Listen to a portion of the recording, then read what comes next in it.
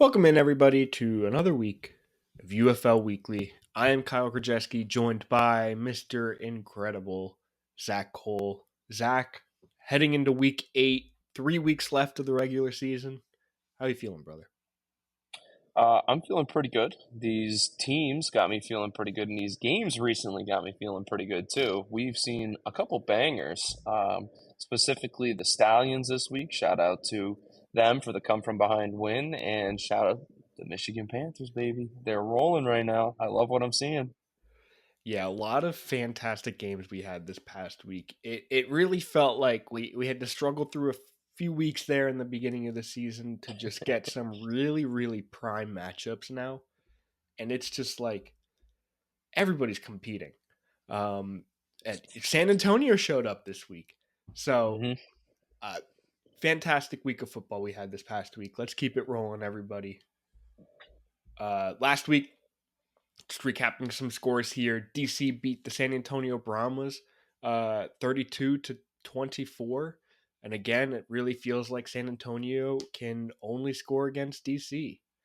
Uh, Michigan Panthers beat the Arlington Renegades 25 to 24 in an insane thriller with the last second touchdown by Michigan to like literally last second. I couldn't believe, and neither could Renegades coach Bob Stoops. He kind of bragged or was upset about it in the post game comments. But like Perkins ran out of the pocket, ran up to basically like the 4 yard line. It was like a whole running play for like 10 yards in 6 seconds. And it was like, how the hell did that take just 6 seconds off the board and enough time for them to call a timeout and get the next play and just score to get this game won? That it was insane. Uh, this was a sad game. You and I were texting throughout this one. The Houston Roughnecks lost to the Birmingham Stallions. Stallions won 33 to 25. The Stallions were down by 19. That is 3 scores in this league. 19 with 6 minutes left in the first half. So it was 25 to 6 in just the first half. Roughnecks started off hot with a pick six as well. But remember, the final score was 33-25, and the Stallions were down 25-6. So the Roughnecks would not score again. 27 unanswered points, which is bad. That's not good. Jamar Smith for the Stallions. He retired in March, came back, signed with the team 10 days. I got my dates wrong. I think it was 10 days as of the other day. But basically, before the game, over a week before last week's game, was re-signed with the Stallions to basically be their backup as they had QB trouble. Stepped in as for an injured Cookus and led the team to some huge game-winning He drives. punched one in when it really mattered. It was pretty impressive. Yeah, geez, that he showed up, bald head and all, and just showed up for this team. And then final game of last week was a little bit of just a simmerer. Battlehawks beat the Showboats 19-9, and the Showboats are officially well, I was going to say the only one. I forgot. The Brahmas are eliminated. Yes, the Brahmas are eliminated too. Uh, Yep. but the Showboats are officially out of playoff contention with this loss. I have it in my notes. Sad boat noises, because I think Zach and I are both Boats, baby, boats. depressed after this. Yeah, so someone had to be eliminated first, and odds on where it was going to be either Memphis or San Yeah, Antonio, the and two boom, 1-5 teams really had it against them there. they both managed to do it the same week. So I guess we can just kind of put them behind us for the 2025 season and focus on the other six primarily for the last few weeks here. So Yeah, we'll be speaking rooting for of, them. we have a matchup between the two 1-6 teams in week 8 here. Memphis does take on San Antonio. San Antonio definitely looked hotter last Friday night in their game against DC. Kyle, you mentioned in the top there, they seem to only ball against DC. They had DC on the ropes after having beaten DC like what was it 2 or 3 weeks ago. So clearly, San Antonio does something right against the DC defenders.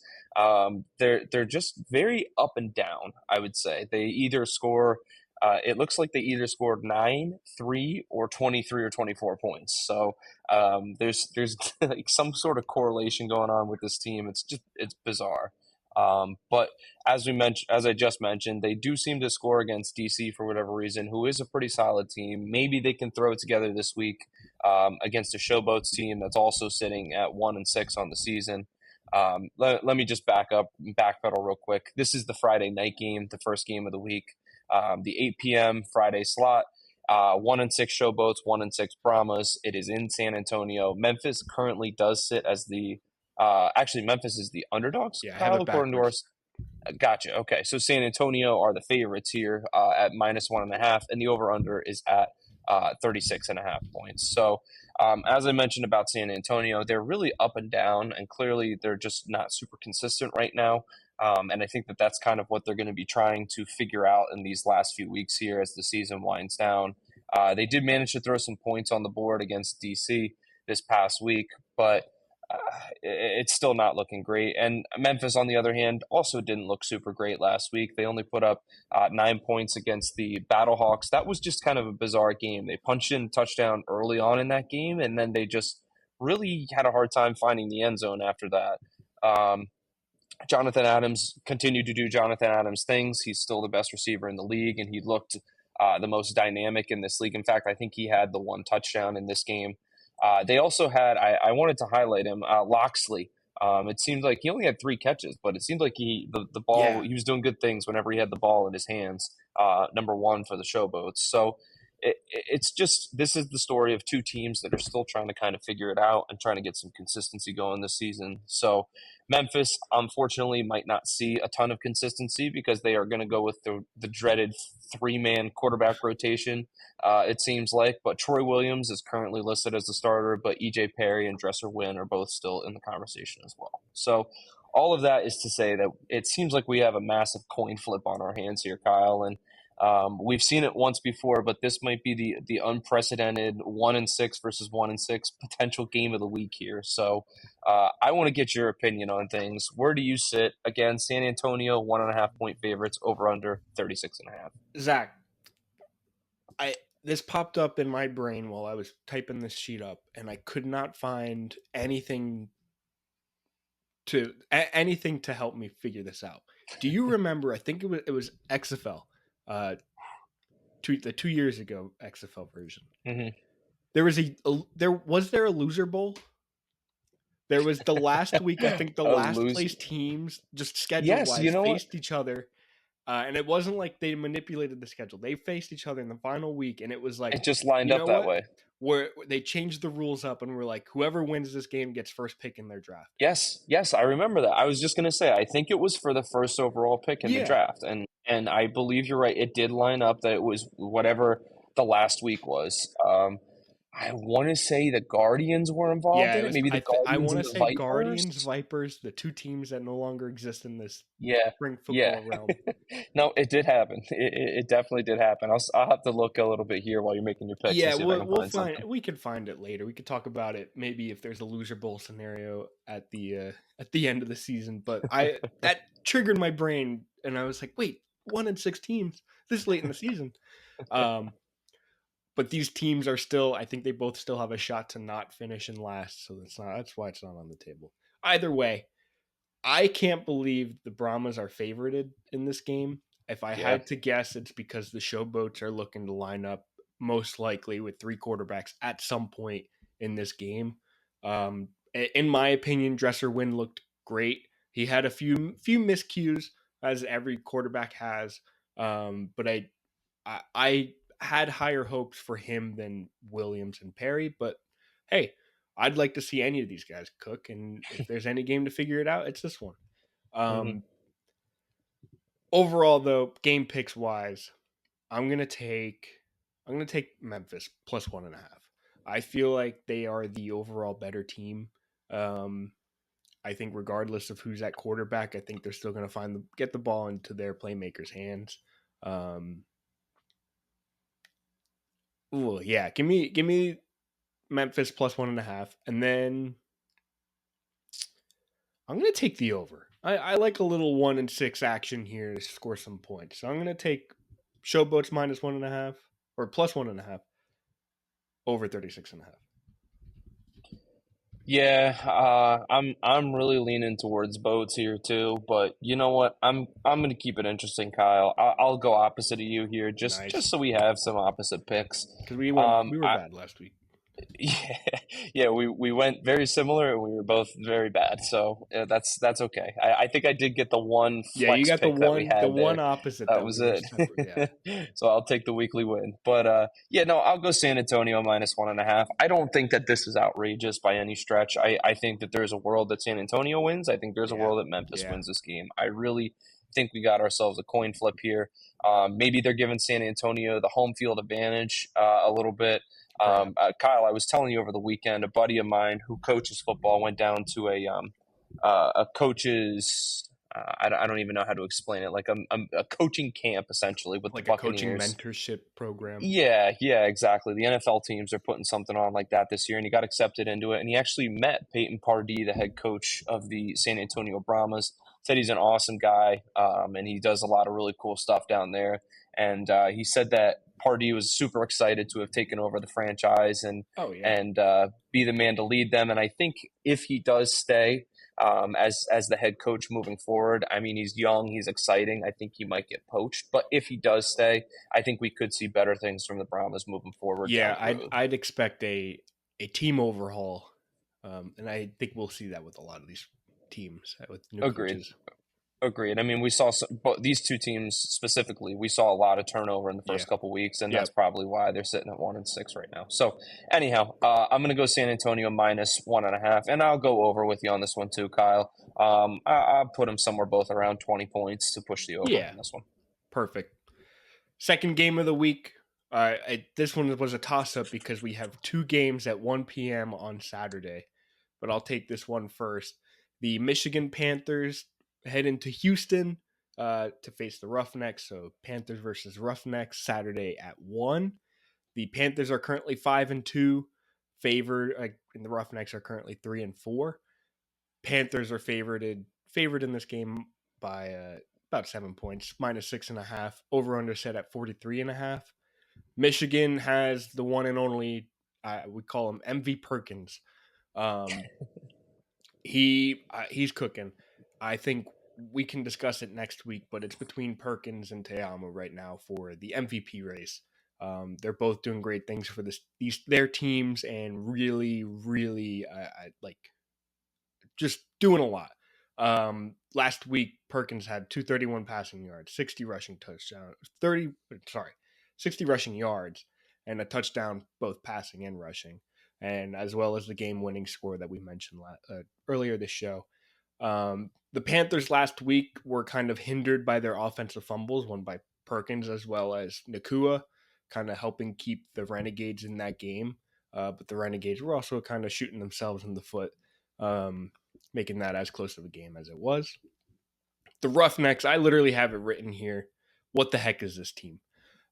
Gave up 27 unanswered points last week, scoring pretty much all of their points in the first quarter and a half. That was a wild game to see. The Roughnecks, however, are not out of the playoffs yet. In order to stay in the playoff race, they must win out. So if there's a loss by the Roughnecks this week, they're done.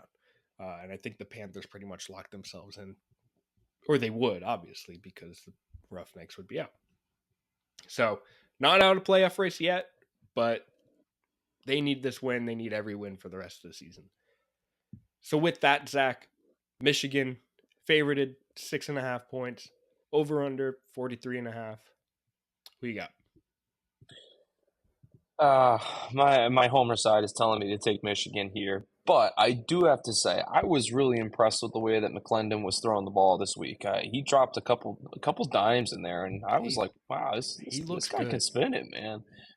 So you know, good for Houston for finding their guy. It seems like obviously they were on the come up with a couple wins in a row, and then they got knocked off their path last week with an ugly loss to Yeah. Birmingham.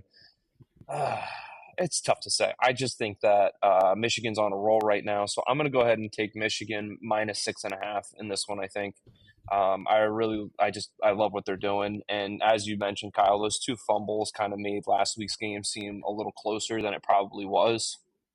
Anytime you have giveaways like that, it's gonna Yeah. take away from your score and add to the other team's score. It's just that's the way football goes. So, and you know what? I'll go over in this one also, over All 43 and right. a half. We've seen kind of a point boom in the league this week, Yeah. these last couple weeks where we're seeing the overs hit pretty regularly. We're seeing 40, 50 points in a game. Last week, 28 was the low. So, yeah, I'll go over in this one.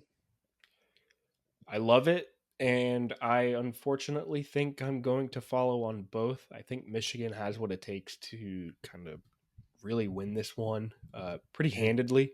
6.5 feels right. Um, and I expect both to score to some extent, giving us this over at 43.5. 43.5 is pretty high in this league. However, both teams hit them in both of their last games, and I think they're Yep. facing, I guess, Houston's facing a better offense in Michigan, and Michigan, I think Houston can score. I think the Houston offense is better than the Renegades offense. So Mhm. I see points coming in from this game. Beautiful. Well said. The third game, also a 1 p.m. game on Saturday. We got the duel. You have to be flipping back between the channels. Is our game of the week. We're naming it here. I know I had in my wishes for the 1-6 bowl to be the game of the week, but Hey, well, I think this one's a little bit better. got to root for the 5-2 games. Boats, baby, boats. But so the Stallions take on the St. Louis Battlehawks. Both sit at 5-2 coming into this week. Kyle, I also noticed the UFL and I'm sorry, the XFL and the USFL standings are once again completely Yep. identical.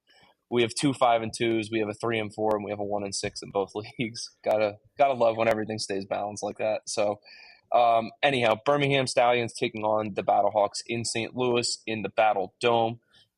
Birmingham had a little bit of a sketchy week last week where Yeah. they were down big, as we mentioned, to the Houston Roughnecks, only to come from behind and end up pulling out in the end. You mentioned, Kyle, in the recap that Cookus did get banged up and Jamar Smith came in and punched in a touchdown for the Stallions. So some kind of moves in the quarterback room there. Jalen Morton, who they had recently signed, was released by Birmingham, and Alex McGuff returning is kind of getting out there into the wind a little bit. So we're waiting to see who is going to be named the starter in this one. We have injured Cookus, we have Jamar Smith, who stepped in last week, and McGuff is also potentially in play. So this one could change a little bit. We could see the line change, I think, on this one. We could see a lot Yeah. of things change on this, depending on who is named quarterback in this one. Outside of that, I think a couple things to point out from last week's game. The running back situation is just awesome for the Stallions. Person's great. Marable is awesome. They Mm, just really do a lot of good stuff on the ground, and they both look great with the ball in their hand. On the other side of this game, St. Louis kind of had a little bit of a clunker last week, only putting up 19 points against a very beatable Showboats team. It was just kind of like a game. yeah. Like nothing crazy happened. We did see some hot rod field goals again, which is always a good thing. Always. I think he banged in a 53 yarder and he kept his perfect field goal percentage. I think I saw somewhere that he's tied for the longest field goal in the league history. I think I saw that. I No, think that's he correct. you're missing Jake Bates last season. He had like a 60 yarder, didn't he? Yeah, Yeah. like 64. Yeah. I don't know why I got that. All right, never mind. Anyhow, he is perfect on his field goal percentage, so that's big time. Max Dugan is the starter. It looks like for them moving Yeah, forward. That's he's cooking. pretty set in stone. I thought that there were a couple times he held onto the ball a little long last week, but other than that, he's doing what he needs to win games. And Jacob Sailors is the ultimate kind of stone for this team where you know what you're going to get with him every single time he touches the ball. So he's the leading rusher in the league. He's great. Not much to say. It kind of reminds me of the XFL Abram Smith from a couple of years Oh ago yeah. where give him the rock, let him cook, you know. So both of these teams kind of a little up in the air, I guess. I mean, Birmingham, we got the quarterback situation, and St. Louis, we're still trying to see if Max Dugan is for real or not. So Kyle, I want your opinion on this. St. Louis is currently favored by a half a point. That's about as close to a pick 'em as To we can pick get in them, this yeah. league. And the over under is at 39.5. So what do you like here? I'm gonna go crazy here. I think St. Louis wins this game. Okay. I think the QB room for Birmingham is too shaky to not take into consideration. Okay. But I'm gonna take the under. I think these are Okay. two offenses. They can both score. They can both score plenty. Just getting a sense of like a little bit of a not a clunker, but I think it's gonna be an unexpected defensive battle here. Um, both teams looking pretty good there. Yeah, St. Louis minus zero point 0.5 under 39.5. I again, I'll keep it interesting. I'm going to go opposite. I think Birmingham seems to keep finding a way to win games, even if it's not pretty or if it's not traditional Birmingham style like we think Yeah, of. So I'll go Birmingham plus the point, basically the pick 'em here.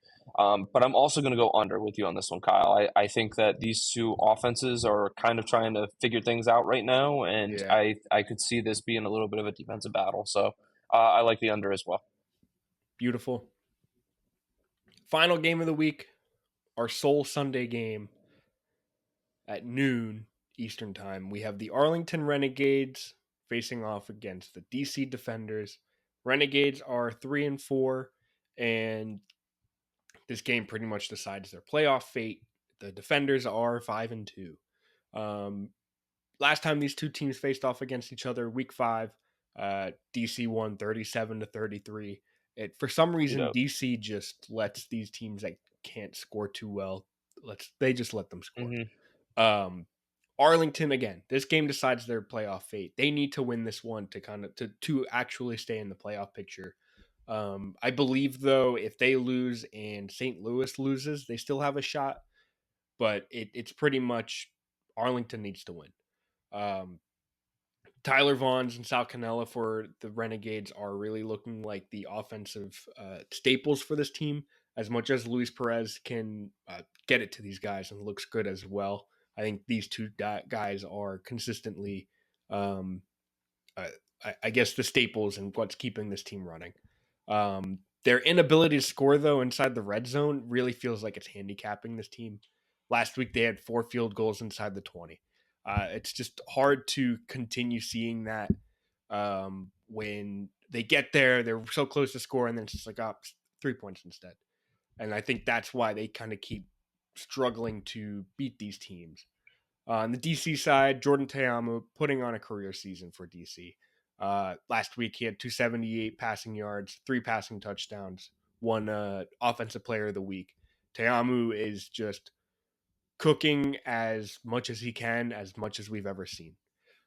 Defensive tackle Joe Wallace was also awarded Defensive Player of the Week for his 2 sacks and 3 tackle for losses last week against San Antonio. So this team can score on you. They could stop you at least out the line. But truthfully, I think DC is going to let you pass all over them. So if you're looking at this from a betting or fantasy standpoint, looking really heavily at Arlington passing attack, as well as DC. They can always score passing wise. So Zach, DC -3, over under 42.5. How do you think this game shakes out? So I've been thinking about this one as you were recapping it here, and I think the I'm struggling with the line a little bit more than I am with the over under. I actually Mm-hmm. feel really confident that the over 42.5 is going to hit in this one, and if I had to stamp a lock of the week, I would say that that's kind of my favorite pick. Clearly, as you mentioned, Kyle, that DC loves to let kind of mediocre teams stick around. We saw that with the Brahmas now twice. We've seen that with Arlington. The last time they played, it's just they seem to get into shootouts. They play down to their competition. So we've seen some really bizarre stuff from them. So I'm going to go ahead and say over 42. And I think that DC is still the better team and will pull this out in the end. So I'll go DC -3. Yeah, I think I'm very easily joining you on the over. I feel like these two teams, I mean specifically DC. DC defensively, at least to start the season, was like, nope, nobody's moving the ball. We're covering you. Now it's just like, yeah, if you can't score anywhere else, you're scoring on us. Don't worry about it. But then we're still going to beat you. So give me the over. I think this is just going to be another offensive, just scoring machine like it was in week 5. But I think DC is going to come away with the win again. So I'm joining you on both of these picks. DC -3 over 42.5. I was starting to talk myself into maybe picking Arlington to kind of give myself some leeway rooting for DC. But I think DC is just the better team coming away with that Them one. fighting for their lives is definitely an interesting point in this game too. Very. I think that could make this more interesting than we think. Yeah, I just think DC Teamu, they're leading this team in a way that I don't think they're going to lose to this Renegades team. However, Mm-hmm. we've been proven wrong many times this season, and Over who and over and knows? over. Yep. All right, that wraps it up for our Week 8 preview. I have no DFS notes because I don't have my No news. no notes. Typically, I'll shout out my players, but as of recording, lineups are still shaky. I don't have too much projections to go off of that I usually would. So if you're here for DFS notes or players, look for that in the comments or the description of this show. Because as of right now, I've got nothing to work on. But I will when this is posted. So keep an ear out, keep an eye out. But that about does it for this week. Thank you for tuning in. Thank you for being here, Zach. I always love chatting with you. Always love Always, joining these man. calls. Um, it was a lovely week 7. Let's root for a fantastic week 8 and a lovely week 9 and a fantastic week 10 and a beautiful playoff system. Because this Right league around is the corner. rolling. It's Yep. here. It's almost here. So with all that, thank you for tuning in. If you're watching us, you can find us on podcast platforms. If you're watching us or if you're listening to us, you can find us on YouTube. Be sure, like, comment, subscribe. Tell us Mm-hmm. about how sad you are about the Showboats missing the playoffs or the Brahmas. They could have been something. Maybe. Last week they could have been, not the weeks before.